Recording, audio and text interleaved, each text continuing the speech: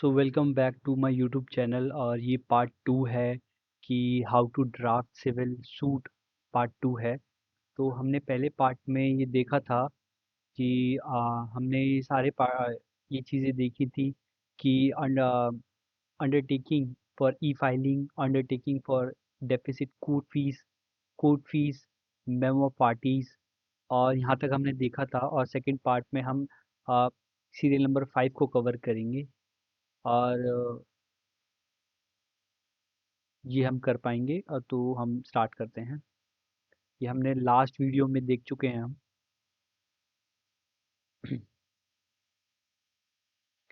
तो हम गाइस फिर से स्टार्ट करते हैं।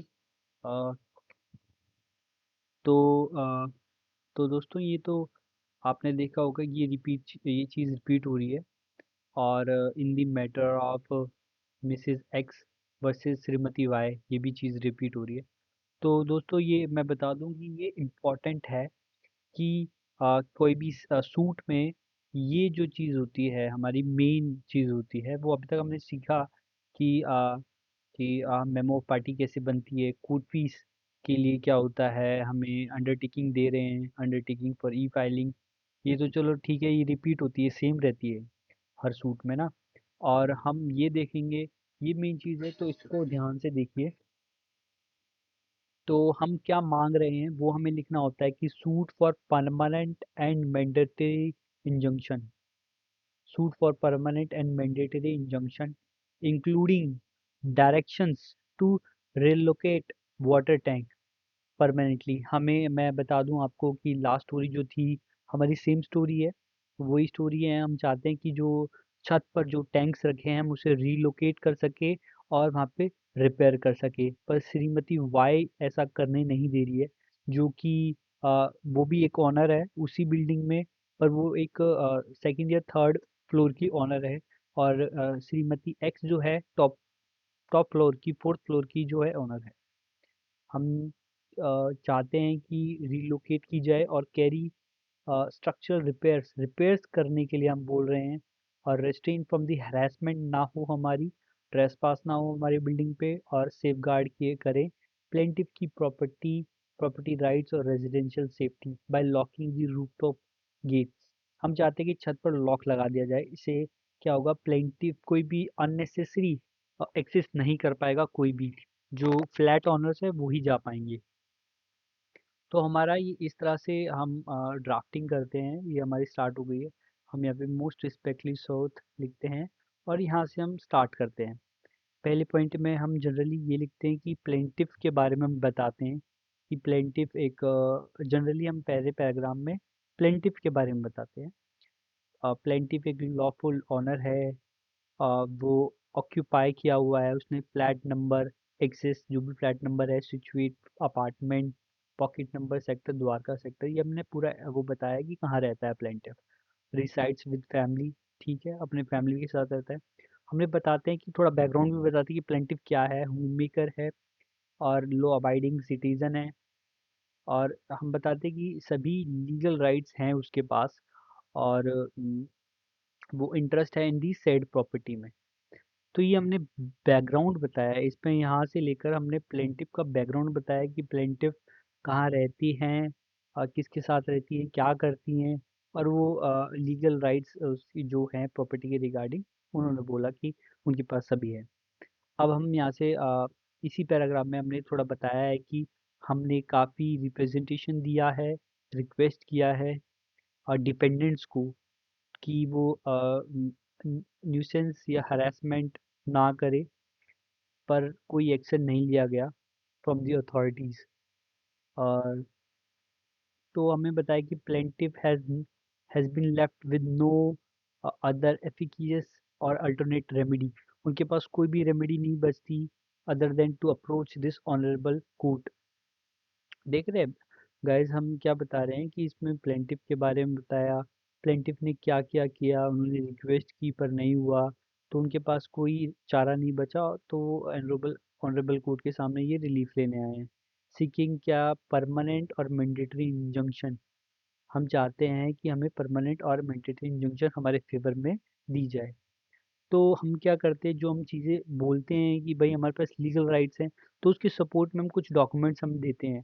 तो in support of our ownership और आइडेंटिटी और ट्रू करेक्ट कॉपीज प्लेंटिफ के आधार कार्ड भी हमने लगा दिया है आइडेंटिटी के लिए, और बीएसएस बिल्स भी लगाए हैं, और टाइटल डॉक्यूमेंट्स भी लगाए हैं, और इसको हमने मार्क किया है एनेक्चर 1। तो एक्चुअली हम क्यों करते हैं, हमने ऐसे बोल तो दिया है कि हमारे पास लीगल राइट्स हैं, पर हमें शो तो करना पड़ेगा ना। तो उसके लिए हमने यहाँ पे प्रॉपर्टी की जो कागजात होंगे वो हमने एनेक्चर लगाए हैं। जो लिस्ट ऑफ डॉक्यूमेंट्स अभी हम देखेंगे आगे, तो वहाँ पर हम लगाते हैं, हम यहाँ पे एनेक्स कर देते हैं कि उसको एनेक्चर है 1। यानी कि अब हम सीधा जाके हम लिस्ट ऑफ डॉक्यूमेंट्स में 1 देखेंगे तो हमें ये मिलेगा, टाइटल डॉक्यूमेंट्स, आधार कार्ड, बीएसएस। ये हमने अपना अपने सपोर्ट में दिया है। सेकंड पोर्ट में हमने बताया कि ये फ्लैट नंबर है, टॉप मोस्ट फ्लोर पे है, रेजिडेंशियल बिल्डिंग है, अपार्टमेंट है, द्वारका पे है। तो उन्होंने बताया कि जब इन्होंने परचेज की थी प्रॉपर्टी, एक्चुअली अब हम स्टोरी बता रहे हैं गाइस, जो भी आपके केस की जो भी स्टोरी होगी वो आपके अनुसार आपको अपना देखनी पड़ेगी। तो इस केस के जो स्टोरी है हम उसके अनुसार देख रहे हैं। हम देख रहे हैं कि जो नो ओनर है, ऑक्यूपेंट है, वो नेसेसरी रेनोवेशन करवाना चाहती है। एक्चुअली आपने देखा होगा छत पर अगर पानी से हमेशा बिल्डिंग डैमेज होती है, पानी से, क्योंकि जो सीमेंट होती है पानी से वो धीरे धीरे सीमेंट हटती है, और जो सरिया होता है, आयरन होता है, वो पानी के कांटेक्ट में आके वो जंग खाने लगता है और वीक होने लगता है। इसलिए ये सारा इशू हो रहा है। हम चाहते हैं कि हम रिपेयर्स करवाएं नेसेसरी ड्यू टू एज, और अ, इसकी जो कंडीशन हम ठीक करवाएं। और इन्होंने बोला है, ये पूरा स्टोरी बोली है कि एक्सपेंडिचर है गुड फेथ में कर रही हैं प्रेमिसेस रिस्टोर करने के लिए। इन्होंने ये बताया कि वो इन्होंने बताया कि अब प्लेंटिफ ने ऑब्जर्व किया जो रूफ टॉप की टेरेस है वो डायरेक्टली अबव दी हर हर फ्लैट है। उसके फ्लैट में जो प्लेंटिफ है उसका फ्लैट के ऊपर जस्ट ऊपर छत है, और छत के ऊपर टंकियाँ रखी हैं, टैंक्स रखे हैं। Posing immediate threat to the structural integrity, मैंने बताया कि स्ट्रक्चरल इंटीग्रिटी को अभी बहुत हार्म हो रहा है, पानी लीकेज हो रहा है। जो टैंक जो रखे हैं वहाँ से वाटर फ्लो होता है, और वहाँ पे जो फ्लोर है वो रिपेयर नहीं है, इसके कारण जो उनका जो रूफ टॉप है वो वीक पड़ रहा है। तो वियर टियर हो रहा है, क्रैक हो रहा है, वाटर सीपेज हो रहा है, ये सब है। तो इन्होंने बताया कि उनको रिपेयर करवाना है।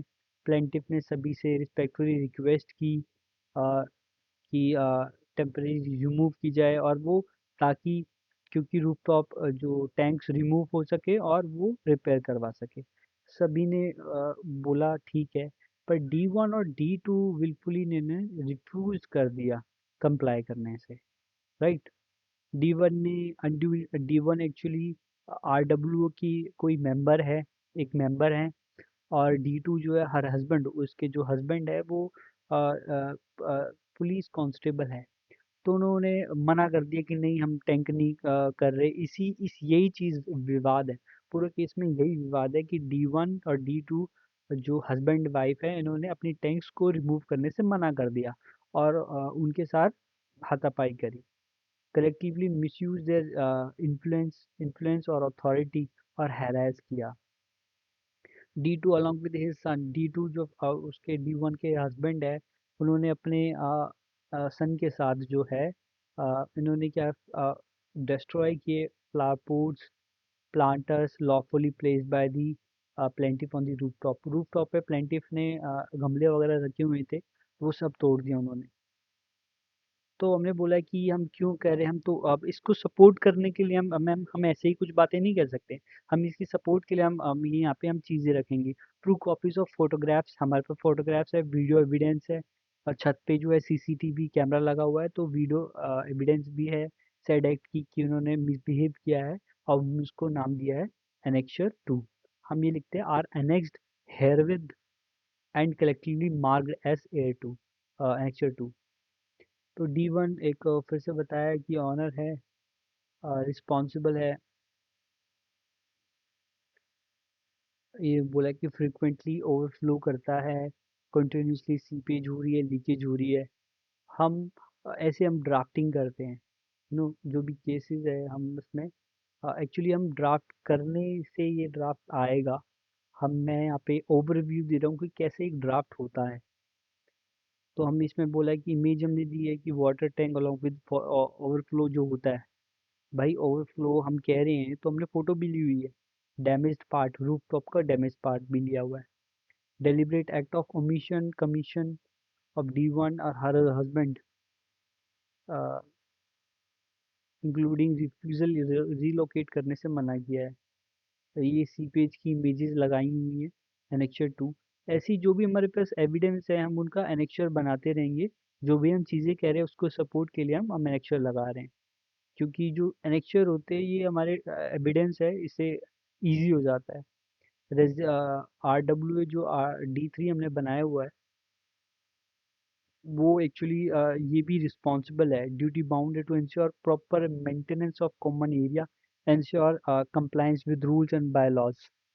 पर उन्होंने भी कोई जो है कुछ एक्शन नहीं लिया। Failure of RWA to discharge these responsibilities in present case reflect gross negligence है ये उनका। उन्होंने कोई एक्शन नहीं लिया, सब कुछ किया गया।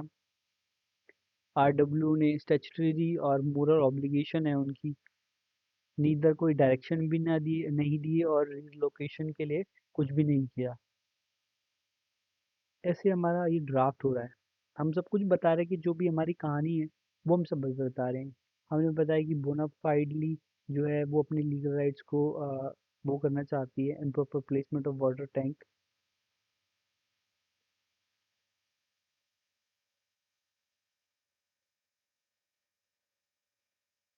और ये हमारे fail to communicate to intervene question the image of WhatsApp chats D1 showing hostility is annexed. हमने व्हाट्सएप चैट की भी हम फोटो लगाई हुई है कि कैसे वो हॉस्टेलिटी दिखा रहे हैं D1 उसमें। Terrace situated plaintiffs remain freely accessible. अच्छा, फ्रीली एक्सेसिबल है, छत पर कोई भी जा सकता है। अब ये अभी आपने देखा होगा फ्लैट सिस्टम में क्या होता है, सभी फ्लैट्स होते हैं और छत पर कोई भी जा सकता है। इसका मतलब वो फ्रीली एक्सेसिबल है, कोई भी जा सकता है, अनऑथराइज्ड इंडिविजुअल भी जा सकता है। तो उन्होंने ऑब्जर्व किया है कि मल्टीपल ओकेशन में प्लेंटिफ ने डिस्कवर किया कि बियर की कैनें पड़ी हुई हैं, ब्रोकन लीकर बोटल्स पड़ी हुई हैं, ऑब्जेक्शनेबल मटेरियल पड़ा हुआ है। तो ये कोई बर्दाश्त नहीं करेगा अपनी बिल्डिंग पे ना। तो इन्होंने लॉक लगवाने के लिए बोला कि कॉमन लॉक लगवा लेते हैं और सभी फ्लैट ओनर्स की रख लेंगे, पर उन्होंने ये भी मना कर दिया। The image of thief stealing. अच्छा, चोरी होने लगी, वायर की चोरी होने लगी और इमेजेस हमने एनेक्चर 6 लगा दिया है। प्लेंटिफ लॉफुली इंस्टॉल लॉक लगा दिया था, प्लेंटिफ ने ये सब कुछ देखकर लॉक लगा दिया कि इसको हम ठीक करते हैं, लॉक लगा दिया, अनऑथराइज्ड एक्सेस बचे ना हो सके। तो उन्होंने लॉक लगाया। फ्रीक्वेंट साइट पब्लिक न्यूसेंस हो रहा था। तो जो हमने इन्होंने देखा कि सेड लॉक वाज फोर्सबली और अनलॉफुली ब्रोकन। ये भी तोड़ दिया लॉ, ये हस्बैंड ने, D2 ने वो लॉक भी तोड़ दिया छत पर, किसी भी without any prior intimation consent किसी के भी नहीं। सब्सिक्वेंटली फिर अनऑथराइज्ड एक्सेस होने लगा फिर से मेलिशियसली। वहां पर क्या हुआ, कॉपर वायर कट कर दिया गया, जो कि एक्सपेंसिव होता है कॉपर वायर। तो ये सब किया गया। ये मतलब आप देख सकते हैं कि जो प्लेंटिफ है उसने कितनी हैरेसमेंट सही है D1 D2 से। एक सिंपल चीज़ है कि आप रूफ टॉप से टैंक्स को टेम्परेरीली बेसिस पे हटाकर, ताकि वो जो नीचे जो सीलन हो रही है उसको हम ठीक कर सके, हम उसको सीमेंट से परमानेंट करवा सकें और फिर से हम उसे रख देंगे। पर हम ये D1 D2 ऐसा होने नहीं देगा। तो यहाँ पे वीडियो जो है लगा दी गई है एनेक्सर 7 में। ये हम स्टोरी बता रहे हैं। हमने बताया कि प्लेंटिफ जो है माइनर डॉटर की मदर है। तो ये सही नहीं है, कोई भी आए कोई भी जाए, तो बहुत सीरियस अप्रहेंशंस होते हैं। और डिस्पाइट बीइंग इन्फॉर्म्ड, ये कंटिन्यूस हरासमेंट आप देखोगे, कंटिन्यूस हरासमेंट है। फिजिकल इंटरफेरेंस हो रहा है D1 D2 से। अब यही सब हमने स्टोरी बताया और फिर हमने बताया कि जैसे पार्टी हमने D3 और D4 को बनाया हुआ है यानी कि आरडब्ल्यूए को बनाया, डीडीए को बनाया। तो ये गवर्नमेंट अथॉरिटीज़ होता है, तो उनको सेक्शन 80 में सीपीसी में एक मैंडेटरी रिक्वायरमेंट होती है कि उनको नोटिस भेजना होता है। तो हमने बताया कि the prior to instituting the present suit institute करने से पहले हमने मैंडेटरी रिक्वायरमेंट जो है सेक्शन 80 की सीपीसी, तो हमने वो सर्व की है through her council served a detail legal notice. Notice दिया गया है रेजिडेंट वेलफेयर एसोसिएशन को और डीडीए को। इसमें हमने बताया कि ग्रॉस इनेक्शन हुआ है, ये सब हुआ है। और हमने लीगल नोटिस, जो भी हम लीगल नोटिस सर्व करते हैं तो उस लीगल नोटिस को हमने बताया हुआ इस डेट को दिया था, और हमने अनेक्स कर दिया है फॉर द काइंड कंसिडरेशन, ताकि कोर्ट को देख सके कि वो लीगल नोटिस प्रायरली दिए गए हैं। तो ये हमारी रिलीफ है इन view of the persistent non corporation cooperation obstruction ongoing nuisance के कारण जो है हम चाहते हैं कि हम सिंपल चीज़ें चाहते हैं, बस रिलोकेट की जाए वाटर टैंक्स जो करेंटली है सेंट्रल पोर्शन पे छत के। हम चाहते हैं कि जो नेसेसरी रिपेयर करवा सके, और हम चाहते हैं कि जो D1 है और उसके हस्बैंड है वो हरास करने से हम उसको रोक सके।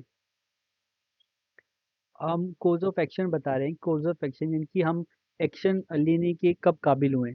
तो आप देख रहे हैं कि कंटिन्यूस हरासमेंट ही है, क्योंकि हमने रिक्वेस्ट की D1 D2 से रिलोकेशन की तो उन्होंने मना कर दिया।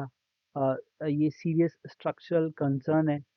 आप छत पे अब इतना डैमेज दिखोगे तो सीलन से सरिया कमज़ोर होगा, छत फिर बहुत डैमेज हो जाएगी, बारिश बरसात में फिर वो लीकेज होता है। हमें दिखाया कॉज ऑफ एक्शन, फिर हमें फर्दर अक्रू हुआ जब हमने नेसेसरी रिपेयर करवाने के लिए अब्स्ट्रक्ट उन्होंने किया। फिर हम बता रहे हैं कि आगे आगे कंटिन्यूइंग है और रिकरिंग इन नेचर है, कंटिन्यूस है, कॉज ऑफ एक्शन हमारा कंटिन्यूस है। प्रेजेंट सूट है, हमने 500 पे कर दी है। plaintiff respectfully submits that she shall abide by any order of the honorable court in this regard। तो ये अब हमने ये सब कुछ स्टोरी बता दी है। अब हम प्रेयर मांग रहे हैं कि हम चाहते क्या हैं। हम चाहते क्या है कोर्ट से, हम चाहते ये है कि पास करे परमानेंट और मैंडेटरी इंजंक्शन। परमानेंट जो इंजंक्शन होता है वो रोकने के लिए होता है, कि हम चाहते हैं कि D1 D2 हरेस ना करे फर्दर।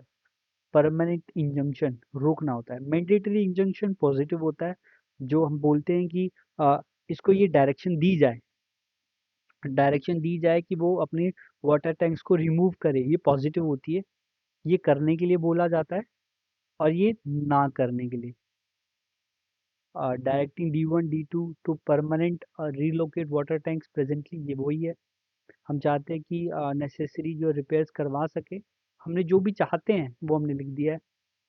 रिस्टोर रिपेयर करवा सके, directing dependent to lock secure rooftop with proper gate and locking mechanism कर सके, रेस्ट्रेन रोक सके D1 D2 को, एजेंट उनके agent legal higher committing any further कोई भी हरासमेंट से। हम चाहते हैं कि प्लेंटिफ, अच्छा हम चाहते हैं कि कोई सेपरेट जो इंस्टीट्यूट कर सके legal proceeding against the defendants D1 से D3 से, फॉर रिकवरी ऑफ डैमेजेस, जो हमें डैमेज हुए लॉस हुए कॉम्पनसेशन हम चाहते हैं, उसके लिए हम सेपरेट सूट फाइल कर सकें। हम कोस्ट ऑफ प्रेजेंट प्रेसिडिंग चाहते हैं अपने फेवर में हम चाहते हैं। और लास्ट में ये एक फॉर्मल होता है कि पास सच अदर और फर्दर ऑर्डर्स डायरेक्शंस और reliefs as this honourable court may deem just equitable और प्रॉपर, जो भी ऑनरेबल कोर्ट उचित समझता है वो ऑर्डर पास कर सके एनी अदर। फिर एंड फॉर दिस काइंड और kindness act of kindness and plaintiff as in duty bound shall ever pay. Plaintiff है, ये हमें हमारे वेरिफिकेशन है। वेरिफिकेशन क्या होता है, जो प्लेंटिफ होगी, प्लेंटिफ अपना नाम रहेगा उनका हस्बैंड का नाम, जो डू एयर बाय सोलमलाइली अफर्म कर रही है, वेरीफाई कर रही है जो कंटेंट्स है प्लेंट के पैराग्राफ 1 to जो भी होंगे पैराग्राफ, वो true and corrected to my knowledge. यानी कि जो प्लेंटिफ है वो कह रही है कि पैराग्राफ 1 से जो भी पैराग्राफ होगा वहाँ तक ये ट्रू है उनके बेस्ट नॉलेज में। और जो पैराग्राफ्स जो भी XYZ है, XYZ are based on the legal advice received by the from the counsel. जो भी लीगल एडवाइस है वो यहाँ इस पैरा में आएंगी। मान लीजिए यहाँ पे 6 to 10 होगा, वो लीगल एडवाइस रिसीव की है और कोई भी मटेरियल फैक्ट्स नहीं कंसील किया गया है। वेरीफाइड एट न्यू दिल्ली, और प्लेंटिफ यहाँ पे सिग्नेचर होगा, और फाइल्ड बाय जो भी एडवोकेट्स होंगे वो यहाँ पे आएगा। और उसके बाद एक एफिडेविट होता है। एफिडेविट किस लिए होता है कि वो अफर्म कर रही है प्लेंटिफ की ये मेरी नॉलेज में फाइल किया जा रहा है कि एक्स हस्बैंड हैं और उनकी रेजिडेंट है पूरा, और plaintiff is a deponent in the above mentioned case. Deponent is well conversant with the facts and circumstance of the present case. Present case से वो वाकिफ है और competent है to swear this affidavit। और जो contents है accompanying plaint में application में रीड किए जाए और प्रेजेंट एफिडेविट का हिस्सा ही समझ जाए। और ड्राफ्टेड, ये जो ड्राफ्ट किया गया है मेरे इंस्ट्रक्शन में किया है, ये एक तरह से मान लीजिए एक एफिडेविट है कि हम अथॉरिटी दे रहे हैं अपने काउंसिल को, और ये बता रहे हैं कि ये जो सारी चीज़ें ऊपर लिखी गई है वो मेरी देखरेख में गई हैं, और ये मैं अफर्म कर रही हूँ उसे। राइट। ये इसलिए किया जाता है कि बाद में डिनाई ना किया, प्लेंटिफ कोई डिनाई ना करे कि भाई ये तो मुझे मालूम ही नहीं था, ये तो क्या वकील साहब ने लिख दिया, मुझे नहीं मालूम है। ऐसे वो डिनाई करे। डेपोनेंट के जहाँ सिग्नेचर होंगे यानी कि प्लेंटिफ के, और वेरिफिकेशन ये है डेपोनेंट फिर से। और यहाँ पे फिर हम फर्दर आगे देखेंगे। तो गाइज ये देखा होगा आपने, एफिडेविट हमने देखा। ये एफिडेविट जो भी प्लेंट की बात आती है कि हम उसे अफर्म कर रहे हैं, हम उसे हम ओथ दे रहे हैं। ये हमारी प्रेयर है, हमने ये सब कुछ देखा आज।